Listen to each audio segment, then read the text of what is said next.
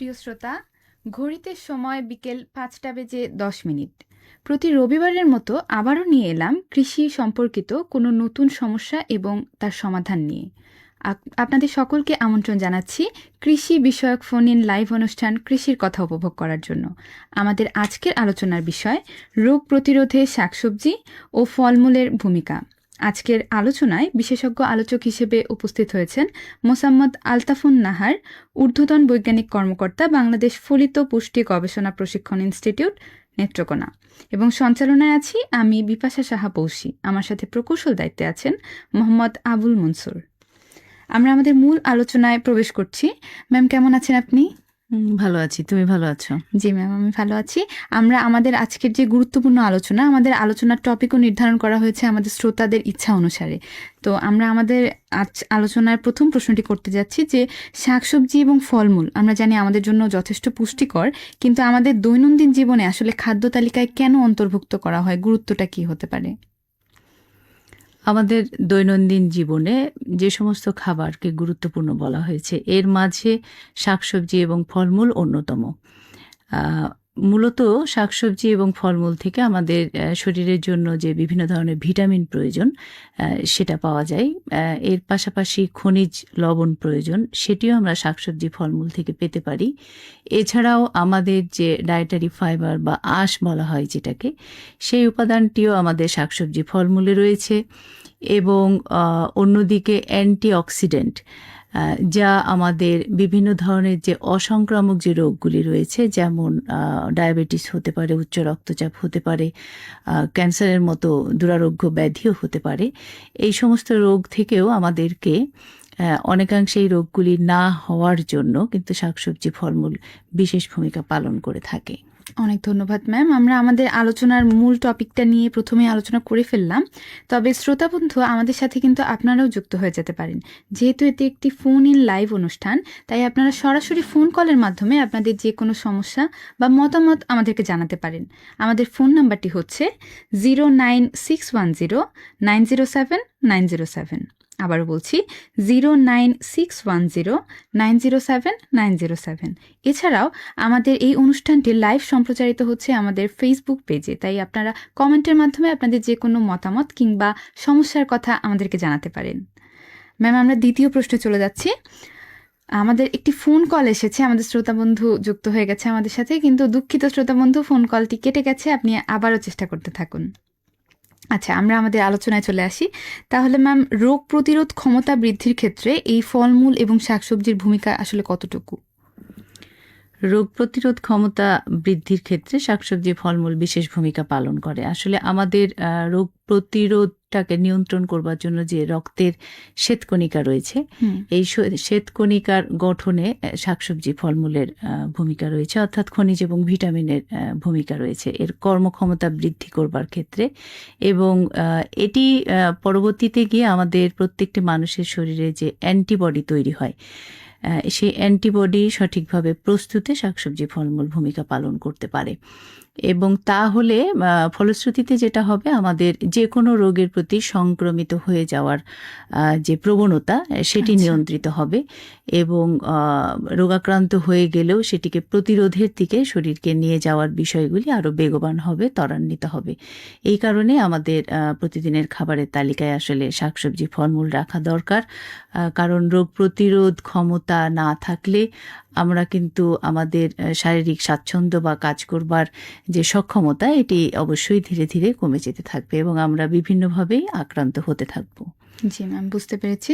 আচ্ছা ম্যাম, আপনি প্রথমেই যে বললেন যে আমাদের যে শাকসবজি এবং ফলমূলে ভিটামিন এবং খনিজ পদার্থ থাকে, তো আমাদের রোগ প্রতিরোধের ক্ষেত্রে এই ভিটামিন এবং খনিজ পদার্থগুলো আসলে কিভাবে সাহায্য করতে পারে? ভিটামিন এবং খনিজ পদার্থগুলির ভেতরে যেমন আমাদের প্রথমে জানা দরকার, আসলে আমাদের তো সিজন অনুযায়ী বিভিন্ন ধরনের শাকসবজি এবং ফলমূল রয়েছে। আমাদের এই দেশীয় যেগুলি ফলমূল বা শাকসবজি রয়েছে তার মধ্যেও শাকসবজি ফলমূলের ভেতরে কিন্তু বিভিন্ন ধরনের ভিটামিন বিদ্যমান। আমরা ইতিমধ্যে অবশ্যই অনেকেই জানি vitamin A, B, C, D, E এবং কে। বি ভিটামিনের ক্ষেত্রেও ভিটামিন বি রয়েছে, ভিটামিন B6 রয়েছে, 12 রয়েছে, B1, 2 রয়েছে। তো সবগুলি ভিটামিনই কিন্তু আমরা এই শাকসবজি ফলমূল থেকে পেতে পারি। পাশাপাশি যে বিভিন্ন ধরনের খনিজের কথা বলা হয়েছে, সেটা যেমন আয়রন রয়েছে, জিঙ্ক রয়েছে, এরপরে ফোলেট, এরপরে আমাদের যে সেলেনিয়াম রয়েছে, আমাদের পটাশিয়াম রয়েছে, হ্যাঁ, এরপরে সোডিয়াম রয়েছে, ক্যালসিয়াম রয়েছে। সবগুলি খনিজ কিন্তু আমাদের দেহের যে অস্থির গঠন সেটিতে বিশেষ ভূমিকা পালন করে। কাজে আচ্ছা। সামগ্রিকভাবে রোগ প্রতিরোধ ক্ষমতা বৃদ্ধি করা, আমাদের দৈহিক যে সুস্থতা এবং সক্ষমতা সব কিছুতেই শাকসবজি ফলমূল বিশেষভাবে ভূমিকা বুঝতে পালন পেরেছি করে। ম্যাম। আমাদের একজন শ্রোতা বন্ধু আমাদের সাথে যুক্ত হয়েছেন। শ্রোতা বন্ধু, আপনার নাম বলে প্রশ্নটি করবেন। আসসালামু আলাইকুম, আমি রোমান বলছি ময়মনসিংহ জেলার গৌরীপুর থেকে। আচ্ছা। অনুষ্ঠানটি শুনছি, খুবই ভালো লাগছে। প্রশ্ন করার পরে কিছু কথা বলবো, বিজ্ঞ উপস্থাপক সংশ্লিষ্ট কর্তৃপক্ষের কাছে সেটি তুলে ধরবেন বলে আশা করি। সরাসরি প্রশ্নে চলে যাচ্ছি। প্রশ্ন হলো, শাক সবজি তো আমরা অবশ্যই জানি যে প্রত্যেকটা শাক সবজি ফলমূল ভিটামিন যুক্ত, এবং আমার প্রশ্ন হলো এখানে যে আসলে কিভাবে, আসলে এখন তো প্রত্যেকটা শাকসবজিতে রাসায়নিক দেওয়া হয় বা বিভিন্ন কীটনাশক দেওয়া হয় ফলের বিভিন্ন কারণে বা শাকসবজিতে, আসলে কোন ফলগুলো আসলে বাজারে কিনলে আসলে কিনতে বোঝা যাবে যে আসলে এটি কীটনাশক মুক্ত বা এটি ফরমালিন মুক্ত, এটা কিভাবে আসলে চিনতে পারবো, একটু বিজ্ঞ উপস্থাপক জানাবেন। আরেকটা বিষয় হচ্ছে, বাংলাদেশ বেতার ঢাকা কেন্দ্রের অনুষ্ঠানটা যে রিলে করা হচ্ছে, এই অনুষ্ঠানটা আসলে সন্ধ্যা 7টা থেকে যে রাত 9টা পর্যন্ত রিলে থাকে, ওইটা হচ্ছে আপনার স্পষ্ট ক্লিয়ার থাকে না। অবস্থাপকরা যে কথা বলে এই কথাগুলো একদম ক্লিয়ার না, গ্যার আচ্ছা। গ্যার করে, এবং দেখা যায় প্রতি ঘন্টায় সংবাদ দেয়, সংবাদগুলো একদম স্পষ্ট ক্লিয়ার হয় না। কিন্তু মাঝখানে বলা হয়েছিল যে ভালো অনুষ্ঠান, ভালোভাবে রিলে অনুষ্ঠান আমরা পাবো, কিন্তু আসলে এটা আসলে সঠিক কার্যকারিতা হয় না। আশা করি আপনি বিষয়টি বা যেখান থেকে এই সুন্দর স্পষ্ট ক্লিয়ার পাওয়া যায় সেখান থেকে রিলে করার জন্য বিনীতভাবে অনুরোধ জানাচ্ছি। ধন্যবাদ আপনাকে।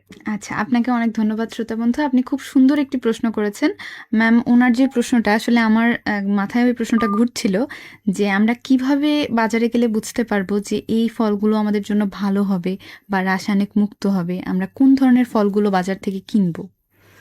জি, প্রশ্নের জন্য ধন্যবাদ। আহ, এই বিষয়টিতে আমরা আসলে অনেক বেশি বোধহয় ভয় পেয়ে থাকি, এবং সে কারণে দেখা যায় যে শাকসবজি ফলমূল গ্রহণ করা থেকে অনেকাংশেই আমরা পিছিয়ে যাচ্ছি। আসলে বাজারে গিয়ে আপনি সর্বপ্রথম একটি কাজ করা দরকার, সেটা হলো যেই সিজনে যে ফল আমরা চেষ্টা করব সেই সিজনের সেই ফল বা সবজিটা খেতে। অর্থাৎ অফ সিজনের ফল বা সবজি যেন আমরা খুব বেশি আগ্রহ করে অধিক মূল্য দিয়ে কিনে না খাই, এটি একটি ব্যাপার। আর একটা ব্যাপার হচ্ছে যে আমরা গিয়ে দেখা যায় যে সবগুলি ফলের রং যদি একই হয়, অর্থাৎ ফল কিন্তু স্বাভাবিকভাবে একই গাছের সকল ফল কিন্তু একসাথে পাকা সম্ভব নয়। কাজেই কোনো ঝুড়িতে বা যেভাবে বিক্রি করুক সবগুলি ফলের রং যদি একই হয়, সেক্ষেত্রে আমাদের কিছুটা সতর্কতা অবলম্বন করে কেনাটা ভালো। আর হলো ফরমালিনের যে বিষয়টি আপনি বলেছেন, এটি সুপ্রিয় শ্রোতার জ্ঞাতার্থে বলতে চাই, আসলে শাকসবজি এবং ফলমূলে কোনো ফরমালিন দেওয়া হয় না।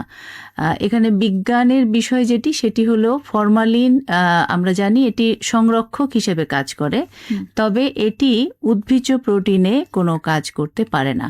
আমরা মাছ, মাংস বা প্রাণীজ প্রোটিনের ক্ষেত্রে এটি সংরক্ষণের কাজে আমরা ফরমালিন ব্যবহার করতে পারি, তবে ফল বা সবজিতে ফরমালিন কোনো কার্যকারিতা রাখতে পারে না।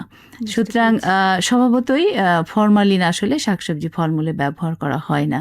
আর এছাড়াও বর্তমানে ফরমালিন বিভিন্ন কাজে ব্যবহৃত হয়ে থাকে, এটি মার্কেটেও কিন্তু আসলে সেভাবে অ্যাভেলেবল না, এটা সেভাবে পাওয়া যায় না। কাজেই আমাদের অনুরোধ থাকবে যে শাকসবজি ফলমূলে ফরমালিন নেই, এটি আমরা ধীরে ধীরে বিশ্বাস করতে চেষ্টা করি, এবং এটিকে খাবার ক্ষেত্রে আমরা আমাদের আগ্রহটা আর একটু বাড়াই। আপনি অবশ্য আরেকটি কথা বলেছেন যে কীটনাশক মুক্ত কিনা। ম্যাম, আমাদের আরেকজন শ্রোতা বন্ধু যুক্ত হয়ে গেছেন এর মধ্যে, আমরা বাকিটুকু তার শোনার পরে কন্টিনিউ করব। আচ্ছা, ঠিক আছে। শ্রোতা বন্ধু, আপনার নাম বলে প্রশ্নটি করবেন।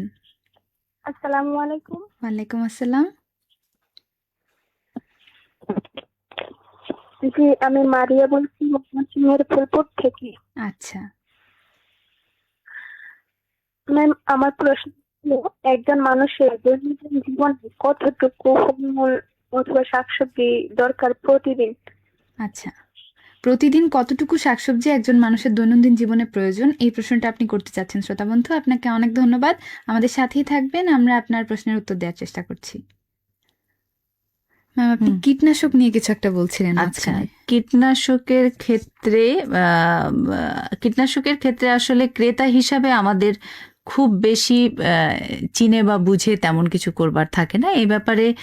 যেখানে ফসলটি উৎপাদিত হয়েছে সেই জায়গার কৃষক যতটুকু সতর্কতা অবলম্বন করতে পারবেন, অর্থাৎ সঠিক কীটনাশক প্রয়োগ করা এবং কীটনাশকের ডোজটা ঠিক রাখা এবং কীটনাশকটা ফসলে দেওয়ার পরে একটি নির্দিষ্ট সময় পরে বিক্রয়ের জন্য বাজারে নিয়ে আসা, এই বিষয়গুলির ক্ষেত্রে সতর্কতা অবলম্বন করলেই আসলে কীটনাশক নিয়ে ততটা ভয়ের কিছু নেই। সবকিছু মিলিয়ে আসলে আমাদের একটু নিজস্ব দৃষ্টিভঙ্গির সাথে পরিস্থিতির সামঞ্জস্য রেখে আমাদের আসলে এটা কিনে খেতে হবে।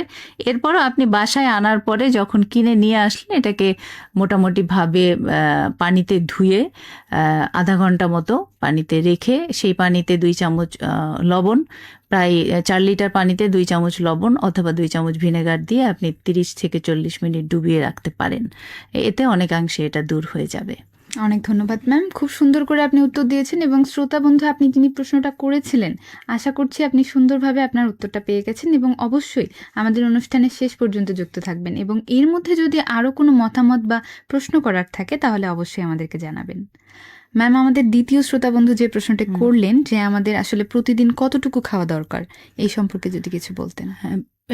ঠিক আছে, এখানে আসলে আমি যদি একজন প্রাপ্তবয়স্ক মানুষের কথা চিন্তা করি তাহলে আসলে প্রতিদিন শাকসবজি এবং ফল, মূল, এই 3টি মিলে আমাদের বলা হয়েছে 400 গ্রাম খেতে।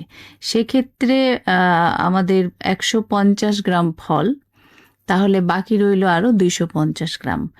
এর মাঝে বলা হয়েছে 100 গ্রাম পাতা জাতীয় সবজি অর্থাৎ শাক। আচ্ছা, আর এরপরে বাকি রইল কতটুকু,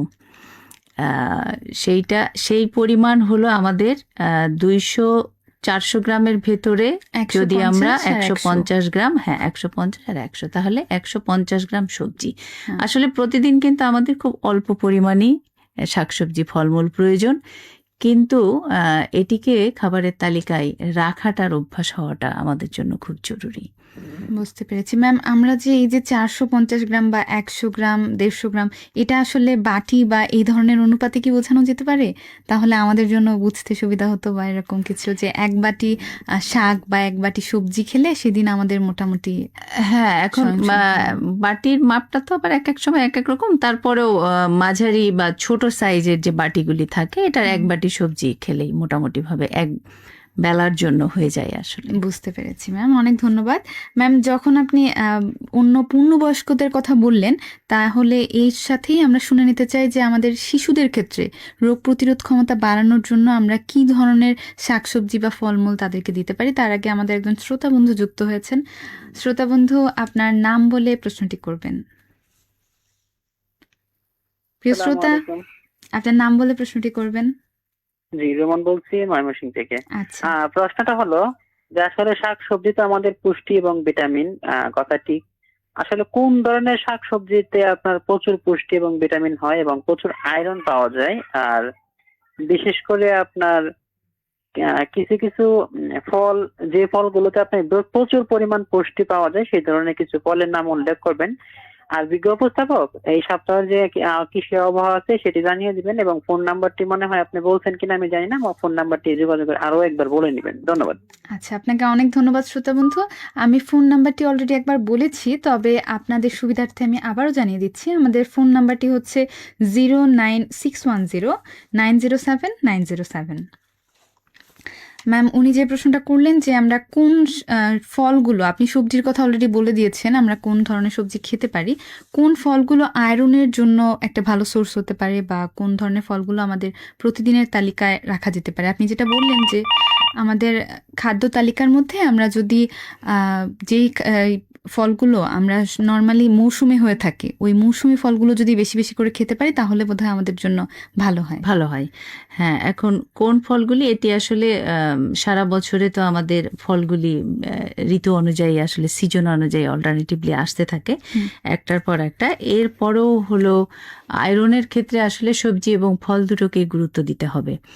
সেক্ষেত্রে উনি যেমন সবজির ক্ষেত্রে উনি কচু হচ্ছে এমন একটা গাছ, এইটার হলো পাতা থেকে শুরু করে মাটির নিচের প্রত্যেকটা অংশই কিন্তু কচুর লতি হোক, কচুর শাক হোক, কচুর মুখী হোক, এটা পুরোটাই আয়রনের একটা ভালো উৎস। পাটের শাকেও কিন্তু আয়রন আছে, লাউ শাকেও আয়রন রয়েছে, কলমি শাকেও আয়রনের একটা ভালো উৎস আর কি।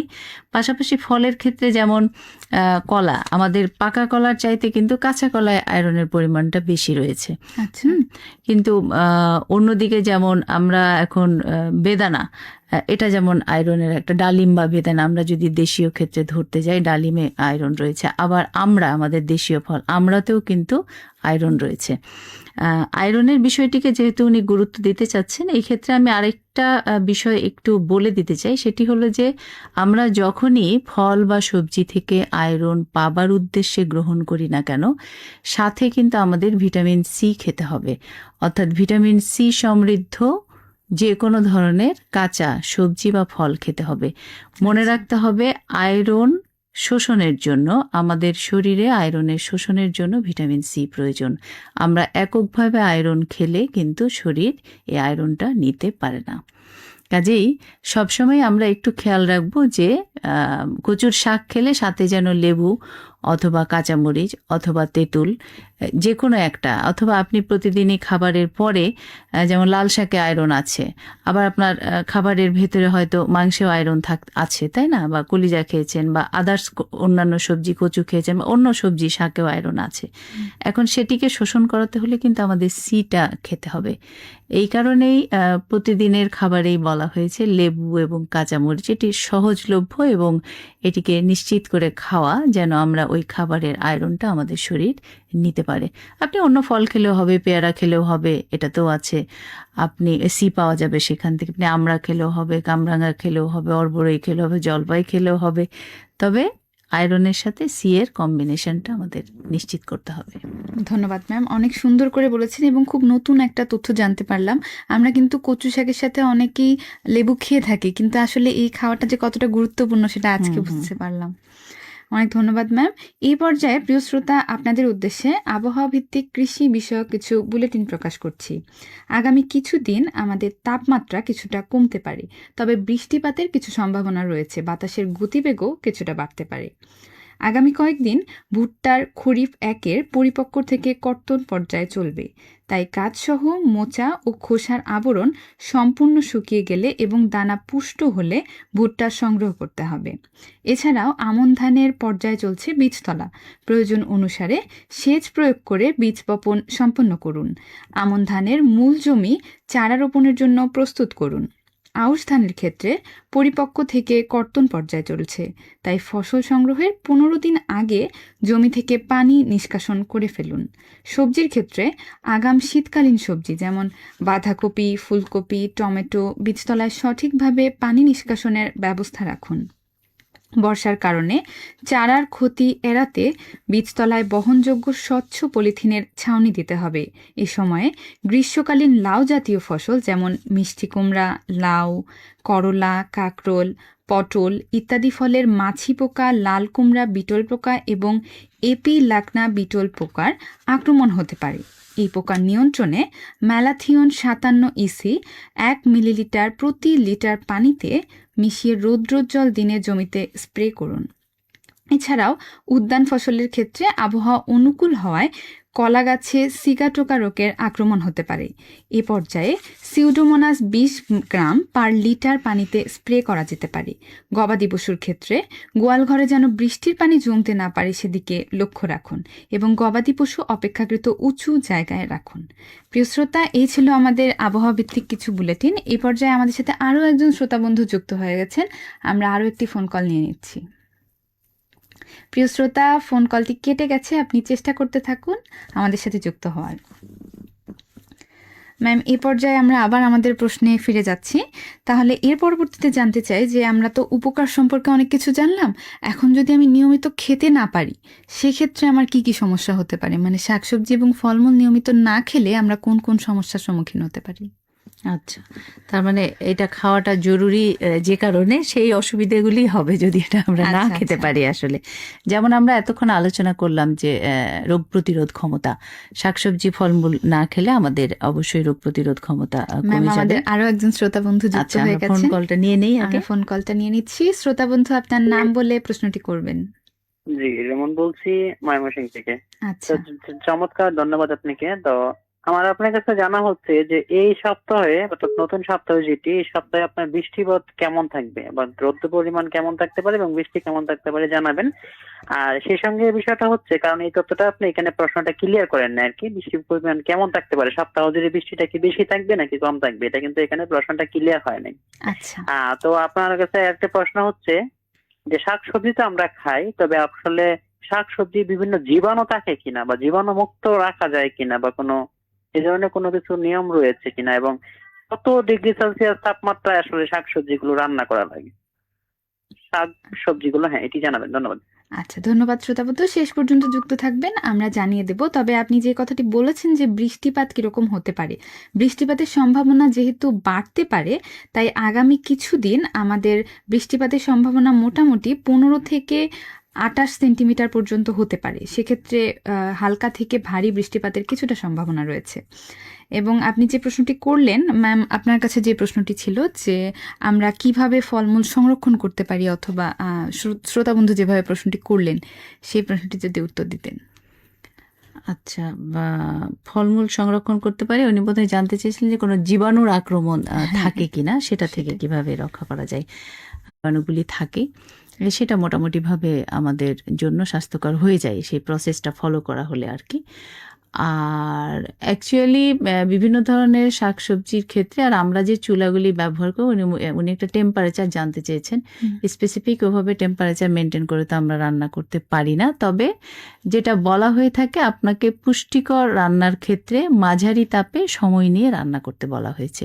শাকসবজি থেকে আমরা যদি পুষ্টি উপাদানটা সঠিকভাবে পেতে চাই, স্বাস্থ্যকর পদ্ধতি হলো আপনি মাঝারি তাপে সময় নিয়ে জিনিসটা সিদ্ধ করে খাওয়া। বুঝতে পেরেছি ম্যাম, অনেক ধন্যবাদ। এবার জানতে চাই যে আমাদের কাঁচা বনাম রান্না করা, এই দুটোর মধ্যে আসলে কোনটি বেশি পুষ্টিকর এবং কেন? প্রশ্ন। আমাদের সাথে আরো একজন শ্রোতা বন্ধু যুক্ত হয়েছেন। শ্রোতা বন্ধু, আপনার নাম বলে প্রশ্নটি করবেন। আসসালামু আলাইকুম। জি, ওয়ালাইকুম হ্যালো। আসসালাম, শুনতে পাচ্ছি। জি, আমি যেমন বলছিলাম গফরগাঁও থেকে, আচ্ছা।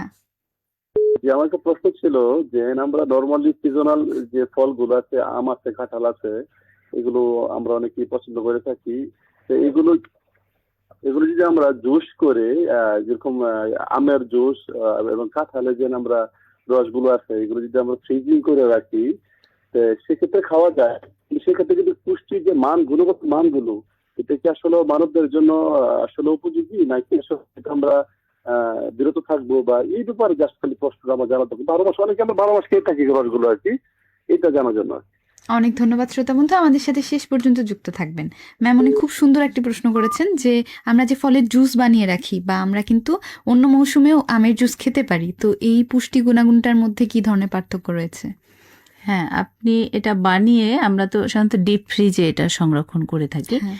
ডিপ ফ্রিজে সংরক্ষণ করতে পারলে, সংরক্ষণের ক্ষেত্রে প্যাকেজিং, অর্থাৎ নর্মালি উনি আইদার পলিপ্যাকে অথবা হয়তো বক্সে সংরক্ষণ করেন, এটা করা যাবে। এখানে পুষ্টি উপাদান কিছুটা কমবে, তবে একেবারেই যে কিছুই থাকবে না ব্যাপারটা এটি হবে না। তবে এটা চেষ্টা করবেন 3 থেকে 5 মাস সর্বোচ্চ, বা 6 মাসের মধ্যে খেয়ে ফেলাটাই ভালো হবে আর কি, ডিপ ফ্রিজে রাখলেও। কারণ বিষয় যেটা হলো সেটা হলো আমাদের কিন্তু এখনো মানে ডিসকন্টিনিউয়াস ইলেকট্রিসিটি সাপ্লাইটা থাকে না। আচ্ছা। হ্যাঁ, ফ্রিজে কোনো কিছু সংরক্ষণ করলেও আমরা কিন্তু বিদ্যুৎটা সার্বক্ষণিকভাবে দিতে পারি না। কাজে আমি হয়তো ডিপে রাখছি, কিন্তু টেম্পারেচারটা যখনই ইলেকট্রিসিটি চলে যাচ্ছে এখানে কিন্তু একটা ফ্ল্যাকচুয়েশন হচ্ছে, এটা মানে কম বেশি হচ্ছে, এবং সেই ক্ষেত্রে জীবাণুগুলির আক্রমণ হওয়া বা নিউট্রিয়েন্টগুলির কম বেশি এই ঘটনাগুলি ঘটে থাকে। সংরক্ষণ করলেও আমরা চেষ্টা করব সর্বোচ্চ 3 থেকে 4 মাস বা খুব বেশি হলে 6 মান্থসের ভেতরে জিনিসটা খেয়ে ফেলার। অনেক ধন্যবাদ ম্যাম। ম্যাম, আমাদের সাথে কিন্তু শুধু ফোন কলের মাধ্যমেই না, আমাদের সাথে ফেসবুক লাইভের মাধ্যমেও অনেকেই যুক্ত হয়ে গেছেন। আমরা দেখতে পাচ্ছি আমাদের সাথে আছেন ইসমাইল হোসেন। তিনি বলেছেন তিনি যুক্ত হয়েছেন শিবগঞ্জ বগুড়া থেকে। এছাড়াও আছেন মোহাম্মদ শফিকুল ইসলাম, তিনি যুক্ত হয়েছেন কিশোরগঞ্জ জেলার কটিয়াদি উপজেলা থেকে।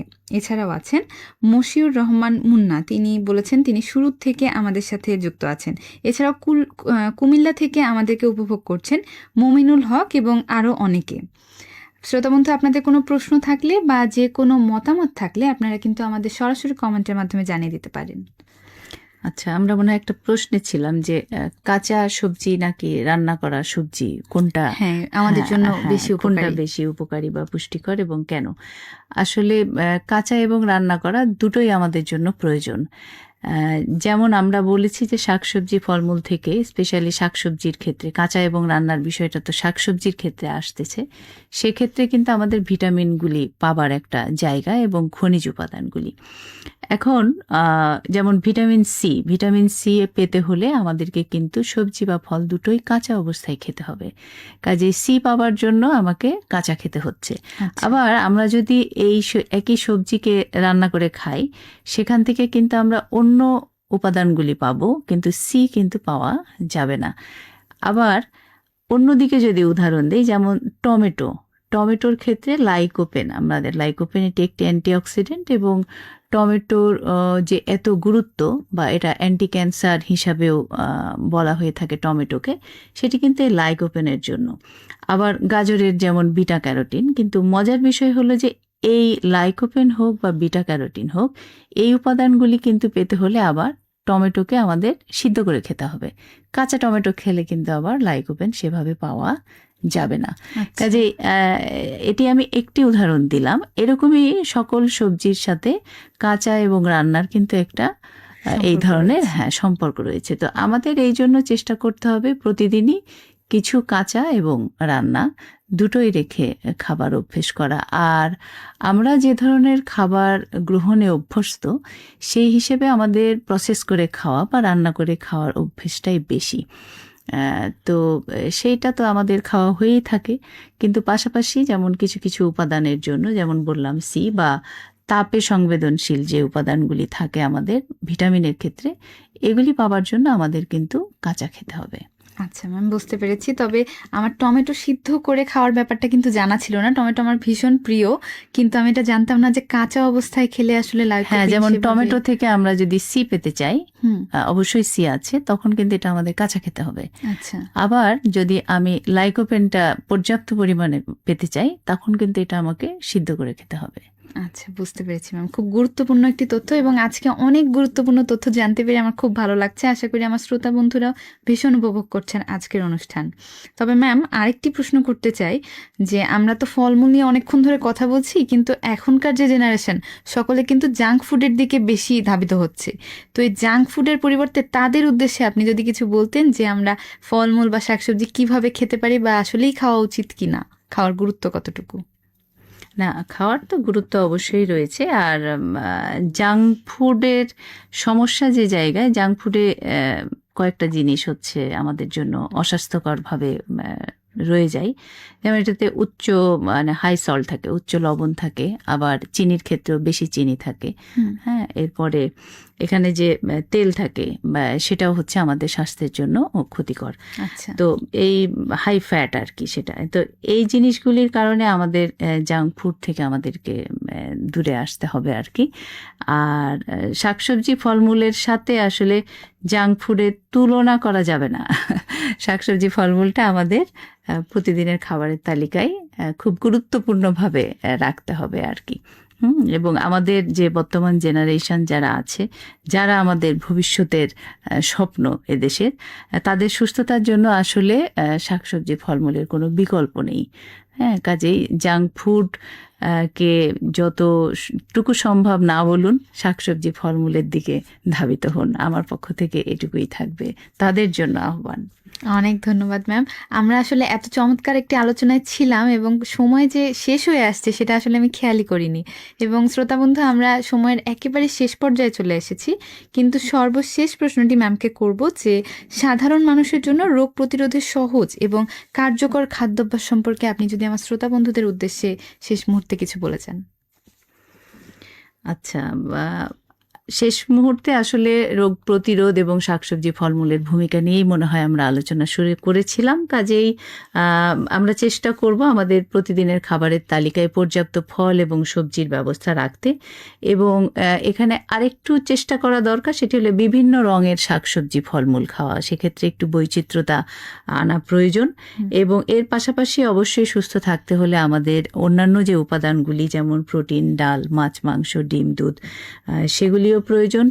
পাশাপাশি পর্যাপ্ত পানি পান করা প্রয়োজন, নিয়মিত ঘুমানো প্রয়োজন, এবং কিছু কায়িক পরিশ্রম করা প্রয়োজন। এই সবগুলি সম্মিলিত হলেই আমরা কিন্তু আমাদের সুস্বাস্থ্য নিশ্চিত করতে পারবো এবং রোগ প্রতিরোধী একজন মানুষ হিসাবে নিজেকে প্রতিষ্ঠিত করতে পারবো। অনেক ধন্যবাদ ম্যাম। আজকের আলোচনা খুব চমৎকার ছিল এবং আমি পুরো আলোচনা জুড়ে আসলে খুবই উপভোগ করেছি, এবং আশা করছি আমার শ্রোতা বন্ধুদের জন্য খুব গুরুত্বপূর্ণ একটি আলোচনা আজকে হলো। এবং আপনারা যারা আজকে প্রথম থেকে আলোচনাটি মিস করে গেছেন, তাদেরকে বলতে চাই যে আপনারা অবশ্যই আজকের আলোচনা প্রথম থেকে শুনবেন, এবং আপনাদের দৈনন্দিন জীবনে এটি কাজে লাগবে বলে আমি 100% গ্যারান্টি দিতে পারি। এ পর্যায়ে আমরা মোটামুটি আমাদের অনুষ্ঠানের শেষ পর্যায়ে চলে এসেছি। আমাদের আজকের অনুষ্ঠানে আলোচিত হলো রোগ প্রতিরোধে শাকসবজি এবং ফলমূলের ভূমিকা সম্পর্কে। আজকের আলোচনায় বিশেষজ্ঞ আলোচক হিসেবে উপস্থিত ছিলেন মোসাম্মদ আলতাফুন নাহার, ঊর্ধ্বতন বৈজ্ঞানিক কর্মকর্তা, বাংলাদেশ ফলিত পুষ্টি গবেষণা প্রশিক্ষণ ইনস্টিটিউট, নেত্রকোনা। প্রকৌশল দায়িত্বে ছিলেন মোহাম্মদ আবুল মনসুর এবং কামরুল আহসান। সঞ্চালনায় ছিলাম আমি বিপাশা সাহা পৌষি। আজকে এখানে বিদায় নিচ্ছি। দেখা হবে আবারও কোনো পর্বে। কৃষির কথা অনুষ্ঠানের সাথেই থাকুন, বাংলাদেশ বেতার ময়মনসিংহ কেন্দ্রের সাথেই থাকুন।